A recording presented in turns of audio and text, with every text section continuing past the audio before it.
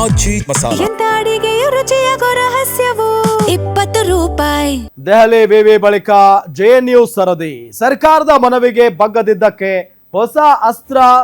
ಯೂನಿವರ್ಸಿಟಿಗಳಿಂದಲೇ warning ಕೊಡಿಸ್ತಾ ಸರ್ಕಾರ.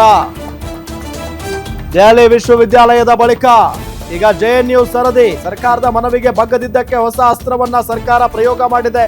ಯೂನಿವರ್ಸಿಟಿಗಳಿಂದಲೇ warning ಕೊಡಿಸ್ತಾ. ಹಾಗಾದ್ರೆ ಕೇಂದ್ರ ಸರ್ಕಾರ ಪ್ರತಿಭಟನೆ ಕೈಬಿಟ್ಟು ವಾಪಸ್ ಬರುವಂತೆ ಜೆಎನ್ಯು ಸೂಚನೆಯನ್ನ ಕೊಟ್ಟಿದೆ. ಜವಾಬ್ದಾರಿಯಿಂದ ವರ್ತಿಸುವಂತೆ ವಿದ್ಯಾರ್ಥಿಗಳಿಗೆ ಸೂಚನೆಯನ್ನ ನೀಡಿರುವುದು. ವಿವಿಯ ನಿಯಮ ಮೀರಿದ್ರೆ ಕಾನೂನು ಕ್ರಮದ ಎಚ್ಚರಿಕೆಯನ್ನ ತೆಗೆದುಕೊಳ್ಳಬೇಕಾಗುತ್ತೆ. ವಿದ್ಯಾರ್ಥಿಗಳಿಗೆ ಜೆಎನ್ಯು ವಾರ್ನಿಂಗ್ ಕೊಟ್ಟಿರೋದು. ದೆಹಲಿ ವಿಶ್ವವಿದ್ಯಾಲಯ ಮೊದಲಿಗೆ ವಾರ್ನಿಂಗ್ ಕೊಡ್ತು, ಅದಾದ ನಂತರ ಈಗ ಜೆಎನ್ಯು ಸರದಿ.